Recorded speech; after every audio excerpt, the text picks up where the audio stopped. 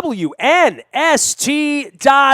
We are broadcasting now on our Facebook Live as well as our YouTube channel at WNSTV, and we're sharing all of that on our Facebook, Twitter, LinkedIn, Snapchat, Instagram, and just about anywhere you are. You can always email me, nasty@WNST.net. It was a great week last week. Took some time off, got away, got the video part of my studio kind of rocking and rolling, getting ready for Orioles and Red Sox. But, you know, when I think of Hollywood, when I think of L.A., I think of this guy. I almost want to, roll the Entertainment Tonight song. Kevin Frazier was unavailable, so instead, we go to Fox Sports and bring in my old pal and defending champion, Mike Harmon joins us here. He is the Swollen Dome on Twitter and the tag team partner of Jason Smith on Fox Sports Radio each and every weeknight. And usually at this point, dude, you're talking NBA. Let's be honest, Mike. That's what you do at Fox Sports right now. Well, right now that's it. That is the 800-pound. I don't want to say gorilla because that's a very hot-button topic. Dude, I'm still pissed about that story. I don't usually get all wrapped up in those stories, but letting your kid go in and play with the gorilla, I don't get it, man. I don't get it. It's something that has taken on a life of its own for sure, and still trying to figure out all the details. But the gorilla's dead. That's all you need to know, and the gorilla's going to stay dead. If you like gorillas or you like animals, it sucks. That's all. That's it. And now you have to reconfigure, and certainly the discussion of zoos and their place in society is one that becomes a big issue as well. But, baseball, we're at the end of May, and while you start to see some trends form, there's still teams are very erratic. I mean, I look at my beloved Chicago White Sox that look to be running away and at least being a contending team, and then 2 straight weeks of not being able to hit and bad bullpen issues and some curious managerial decisions. And Chris Sale's got to step up and make hay for Ventura and all that stuff, right? Right, that's just it. You got a number of guys at the front of the rotation. Quintana stepping up that you're excited about, but they can't score any runs. So you're not sure exactly what the team is yet, and I think that's the case with a lot of teams across Major League Baseball. You're still trying to weigh out and feel exactly what they are. We've still got a couple of months before the NFL. Right now, the most exciting things in the news are discussions of mediocre quarterbacks and why they're not taking $8 to $10 million to ply their services. That's all fine and good. And I have no idea how that's going to turn out, right? You think Fitzpatrick's going to go and play for him, but then, I spent a little time around him at Ed Block, and I know people spent time around. I don't know, dude. I mean, who knows who needs who more at this point, right? I mean, Jets drafted a quarterback. That's part of the bluff, right? Well, that's just it. It becomes the question of, did they do that to try to push the button? And certainly it didn't happen. Fitzpatrick's still not blinking. But that's the best of the NFL stories, because who wants to talk about Deflategate anymore? I mean, there's nothing more to that. So now it's just a bunch of OTAs and guys that are sitting out because, well, they're, quote, not mandatory. So nobody bothers. So that's a non-starter. The NHL, we're in the Stanley Cup final. Nobody cares. It's tough to really get the needle pushed. One, I think because of the markets that are involved. You lost a lot of your heavyweights early on, and as much as people love Sidney Crosby, I don't know that nationally that's enough to push the needle. And when you put it up against the conference finals and the NBA finals, you're in a big losing position. That's really, dude, they got annihilated on Monday night, right, in the ratings. And maybe look, you're a Chicago guy. Do you love hockey more or basketball more? And just answer that, Harmon. I mean, it's real simple. I got a real answer. It's hockey, and it's always been hockey for me. Even when I loved basketball, hockey at this time of the year, and I notice this every year for 8 weeks, and baseball starts then, right? So you have all these things going on, and I find that when the Capitals are as relevant as they were this year, and you're into it, right? The speed of hockey from, let's say the game starts at 8 o'clock, okay? So I got the Orioles on from 7 to 8, and ho-hum, and here's Bordick and Hunter and Jim Palmer and Gary Thorne droning on. Gary Thorne, who should be calling hockey, by the way. And then 8 o'clock, and they drop the puck, and there's constant action, and you can't pee, and you don't want to get up to get a beer, you don't want to pick your nose, and you don't want to go to the bathroom, and you don't want to do anything, and you do that for 45 minutes, and then at 8:45, you're like, well, the NBA game just started in the second round of the playoffs. I'll put Toronto and Atlanta on or whatever. And it's squeak, squeak, dribble, and it's squeak, squeak, dribble, and there's a timeout, maybe something happens. Then you put the baseball on, and it's, the fifth inning, and it's 5-3, and pitcher's, scratching his nuts and getting off the mound and grabbing a rosin. And then you're like, all right, well, hockey's about to start up. You go back. and you put on the second period, and it's 1-1, and it's just back and forth and back and forth and back and forth. And then you really see slow versus fast, NBA versus NHL. I can't fathom why the NHL isn't more popular, but every time this year, dude, I'm on with someone like you, and the NBA is just annihilating the NHL. The NBA is relevant, and the NHL is not relevant. And I think it's sad. I know you're a hockey fan, but there's my defense of hockey. What say you, Mike Harmon? Well, when you can get people to go live, the problem is you got to supply some tickets and hoard people in buses and show them the event live. And I think once you see hockey live, it changes your opinion of it. But let's face it, from the casual observer, if your team's not in it, are you excited about what you're getting down the stretch here? I mean, I can hate on Pittsburgh. That's good for me. You know what I mean? I get San Jose. I have a team in the finals. They're San Jose. It's great. But see, that's you. For a lot of other folks, and certainly for the people running the big TV world, as soon as Chicago and LA went out the window, the presumptive conference final gets blown out early. A lot of panic buttons. And it's a commitment, right? Like, I watched the lacrosse final on Monday. I haven't watched any lacrosse all year. I know it's a sin. I'm a Marylander and all that, but I'll be honest. Well, I don't watch lacrosse. But I watched that 2 hours. With hockey, there's 7 nights or 6 nights or 5 nights. You can't commit. It used to be you couldn't pronounce the guy's name. So it doesn't, if you don't have a rooting interest, I'm with you, putting it on, it's a series. It's not a football game that you may or may not care about that gets over in 3 hours. You kind of get sucked into the mini-series of all of it. And if you already have a baseball team, if you're already watching basketball, I mean, I had the Orioles, I had the Stanley Cup Finals in the NBA all going on, and lacrosse on Monday. It's easy for the Tampa Lightning to lose out in that battle, right? Yeah, I mean, something's got to give along the way. And certainly even with what we do in sports media, you pick and choose and you follow everything as best you can. And you're well aware of what's transpiring, but the devil in the details, like, your audience on the larger part isn't going towards the NHL. You know what? You're not going to spend as much time on the NHL. You can't. I'm not doing a recap of Game 1 because, my audience doesn't care. They'd rather hear about the Orioles. They'd rather have me talk to you about the NBA, quite frankly, because this NBA final is going to be electric, I think, right? And even what we just experienced, you come back from 3-1, the Warriors get it done. What's the better story? It's always in the, quote, losing locker room as you go through. That's normally what we always say, right? Sure. But this one has both sides of it. You got a team still chasing history. You had a team that was left for dead a week ago, and all the dynastic talk. Because let's face it, you saw a lot of columns, you saw a lot of videos pointing, laughing at the collapse or near collapse of the Golden State Warriors. Meanwhile, people trying to figure out exactly what Oklahoma City had been able to build beyond Durant and Westbrook with a first-year head coach, and what had, at least coming into the season, seemed like a bunch of spare parts. And it's funny how quickly narratives and storylines change when things go the other way, because now the sky is falling on Durant, Westbrook, and, does Durant leave? And well, we hope so, right? I mean, now we have a Washington story here, which, would make the Wizards, seeing all of this good basketball and seeing these teams be so good and so relevant, really makes you ache to have a really good team. And I know you grew up with a really, really good team, Mike Harmon. Yeah, I got 6 years of championships in Chicago and many, many years of the Jordan years. And then, it's been hit or miss in terms of excitement and playoff basketball and appearances going forward. Are you saying the Rose era has been a thorn? Oh, nicely done. You like that? Nicely done. I knew you'd like that.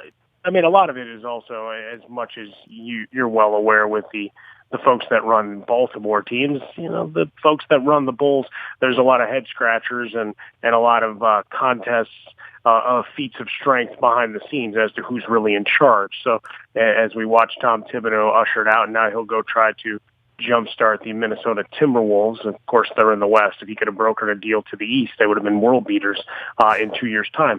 But when we get through the NBA, I mean, you have all the storylines that are great in terms of the Warriors and the attempt to repeat and people turning a little bit. Steph Curry not universally loved any longer. Draymond Green. Yeah, what happened there? Hold on a second. What happened to Steph Curry? I mean, does there get to a point where you're so freaking good that you jump the shark? I mean, the baby-faced assassin, all of that good stuff. People are really going to go back in the LeBron camp and hate on Steph Curry? Really? Well, I think part of it comes to the fact that since October, what else has there been to talk about in the NBA? A couple of minor stories, right?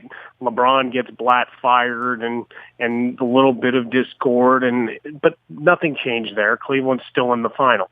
You had the Bulls that looked to be, at least for a while, potentially a contender in the East, and then it blew up.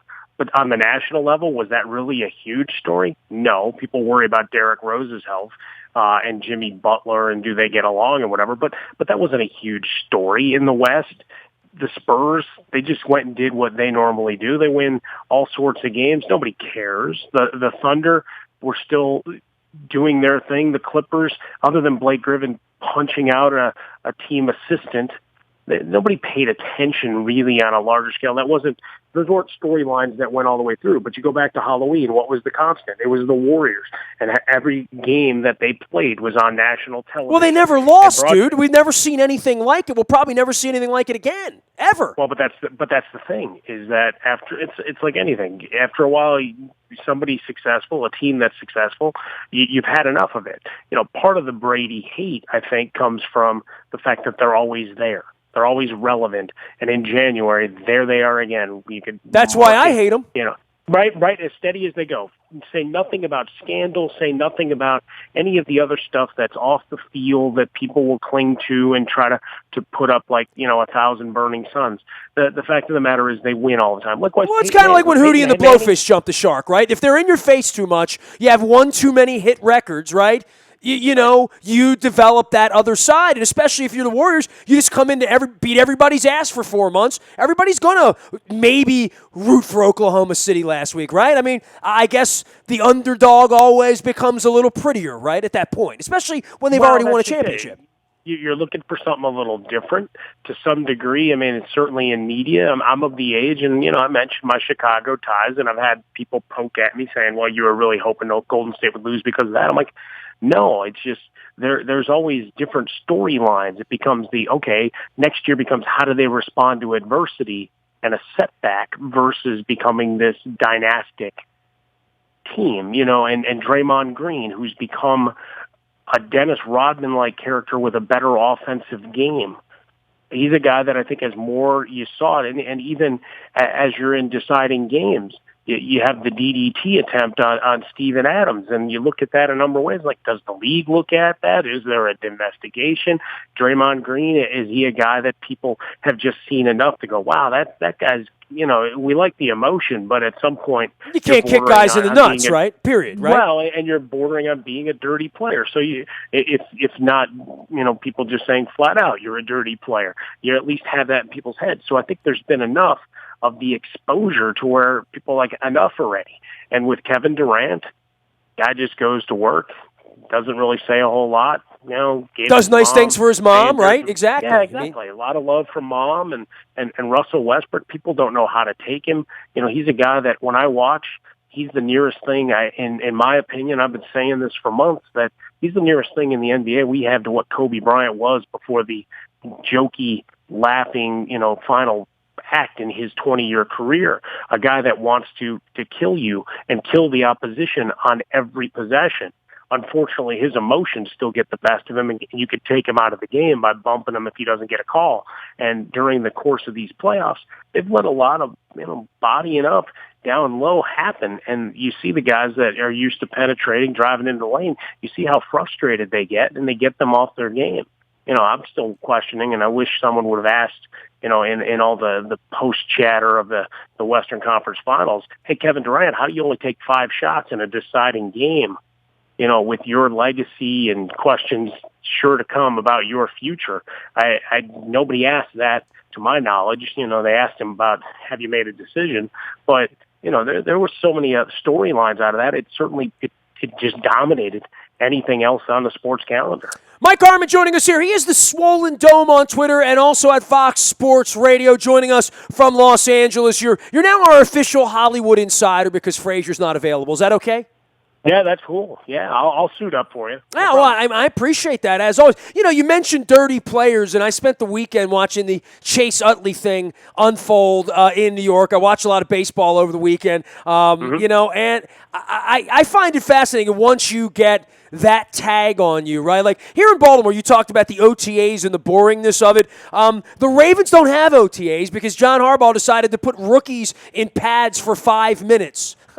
And it wound up costing him $137,000 because once you get a reputation as being a guy who may be doing that sort of thing, if Roger Goodell doesn't come down hard on you, the fans at Chase Stadium and Citi Field are happy to. Well, it also comes down to the fact that, everything's being watched, and, when you've got Rex Ryan putting in policies of how nothing's going to be broadcast out of Buffalo, and people start joking, saying the square root of 5 just threw a pass to an unintended area and was returned by a player of a different jersey color. Once you got to start getting creative on Twitter and in your social media to actually cover a practice, you've really spotlighted a lot of things. And let's face it, the players, that was their big CBA win, right? Less practice time, less pads time. And the coaches had nothing to do with it, right? Literally. Well, but if coaches are going to go back the other way, it's certainly something that the players are going to object to because they lost in a lot of other ways during the CBA. That was their one big win, and they're going to protect it by all means. It really is an amazing thing because these agents all want the players to play better, make more money. The coaches all want to put them in a position to play better and make more money, and there's such a lack of trust, right? I mean, I had Andrew Brand on earlier this week from the MMQB. He wrote about it last week. There is no trust, and to think that you're going to do anything behind anyone's back, they're going to show the Harbaugh thing and say, this is what happens when you get – and it turns out to be the one issue that the league office and the Players Association are both going to come down on you about. Yeah, that's just it. They're so disparate and separate on all these other things. But here was the CBA win for the players. So they're like, okay, yes, it's making our game worse bit by bit every year because we can't agree as to proper tackling technique and some of the fine points that would get hashed out during these weeks. Dude, they can't even send each other a text for 3 months, right? I mean, the minute you lose, literally, 48 hours later, you go away for a quarter of a calendar year. These are 22, 23, 24-year-old kids. Some of them out getting into trouble, some of them not staying in shape the way they should, all of them understanding how much money they have to make. But the coaches, this is what they do. They want to be in touch with their employees, with the people who are going to make their lives better. It's not a really good system, is it? But I get with the padded practices that is a physical issue, an injury issue. We've seen these kids get hurt in their first rookie camps, like last year in Jacksonville. Same thing happened with Perryman here. Happened a little later, last year. You don't want to lose the young guys, but some sort of happy medium or trust. And anybody, I mean, just look at lawsuits, and more questioning of what the Harmon in Chicago, Kevin White, Jacksonville with Fowler. They've got another injury already this year. I mean, you take 2 steps forward and one giant leap back seemingly every year, teams trying to compete. Fortunately for the Ravens, assuming a full season of health or at least a return to health by most of the principals that were out, you're still at a better base than a lot of teams. And a lot more continuity with some veteran players. But certainly you'd like to get the league year started off right, and all we end up talking about is who's breaking rules and how the league has to come down and punish, usually at kangaroo court. Yeah, well, it's either that or it's an injury this time of year. Mike Harmon joining us here. He's the Swollen Dome L.A., and big shocker. I mean, L.A. got a Super Bowl. Who knew, huh? How about that? How about that? Build it, they will come. You know what I found fascinating? The story of the week last week was the Atlanta Falcons story about the reduced concession prices. I have a feeling the Rams aren't going to do that in Los Angeles. Well, give it a couple of years. I mean, at least for the first 3 years while they're playing in the Coliseum, you'll probably be able to get decent prices, and certainly even season ticket prices. They put out the schedule. I haven't gotten my notice yet. I think it might have been even later than on the $100 deposit for season ticket than I thought it was. But the lowest season ticket price is $350 for this year. Now they lose one game to London. That's when the Giants would have been here. So that's kind of a big loss. So it's $40 a ticket, right? Kind of, sort of. You're getting in, get a couple of years with the team here, build up a little equity, and then when you get the sticker shock of a whole other animal. Going back to the Atlanta thing for a second, though, it's kind of like taking her to Taco Bell on the first date and thinking you're going to get away with that the rest of your marriage, right? No, that's right. And but, you talk about the Atlanta thing, not profiting millions and millions of dollars over the concession deal they signed. Sure, you might pay a little bit less there, but they're still making their profit. They're still getting a goodwill thing, but just saying, hey, they did this huge solid. I mean, it's a nice PR win. In the NFL, every team will take one of those if they can find it. Well, not many times does the NFL say, well, we make enough money on that. We can make less. Name the last time that happened, bro. Yeah, but here's the thing. I'm guaranteeing there's a second part to that contract where they're making out just fine. I have no doubt. So they can keep the PR win, but tell me the vendors that are signing the contracts to provide said services aren't getting it on the back end. $3 hot dogs? We can't have $3 hot dogs. They still have to pay for the rights to be there. So I think there's a lot of fees that the Falcons the patron any money, which is great. I mean, it's still, but I doubt it's as magnanimous and happy as they're trying to make it seem. They got paid. Nobody's giving up millions of dollars.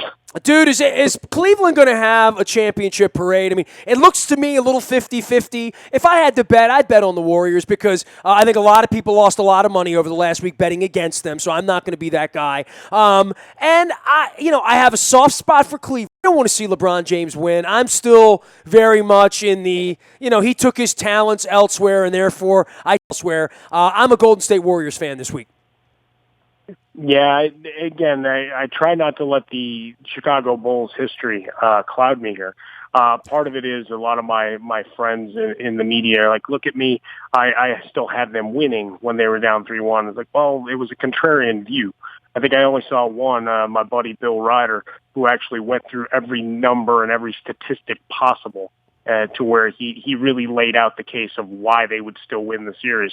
And it was an impressive piece of work that he wrote for CBS Sports. Beyond that, it was just here's the 5% that'll back it, so I'll jump in with them.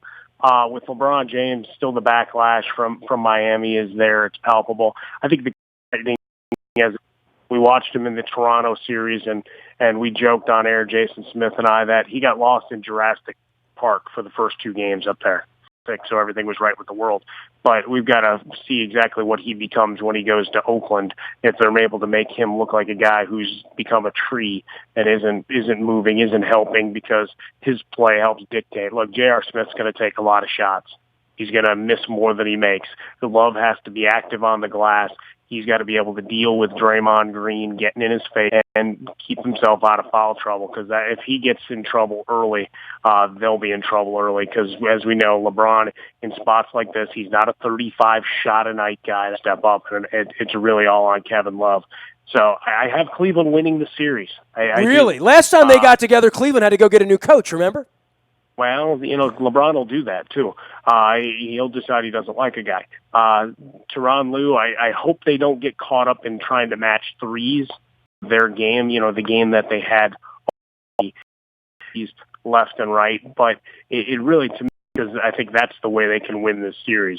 Slow it down a little bit, play better defense, and for LeBron James to pick his spots to where he excels scoring, because distributes well, they usually have, a plus in the column. But Kevin Love's got to stay on the court for foul trouble, and obviously they can't get him banged up like, when he stepped on the referee's foot and missed a out on Twitter as well as at Fox Sports Radio. Love having Harmon on. Always great to see our YouTube channel at WNSTV. Always to your email inbox. It's all brought to you by Planet Fitness. The WNST morning newspaper can be signed up for free, easy, as well as our text service. The little buttons are right next to each other on the front of our website. The WNST text service brought to you by Coons Ford of Security Boulevard. All breaking news happens first there. You can email me, nasty at WNST.net. I'm on Facebook, Twitter, LinkedIn, Snapchat.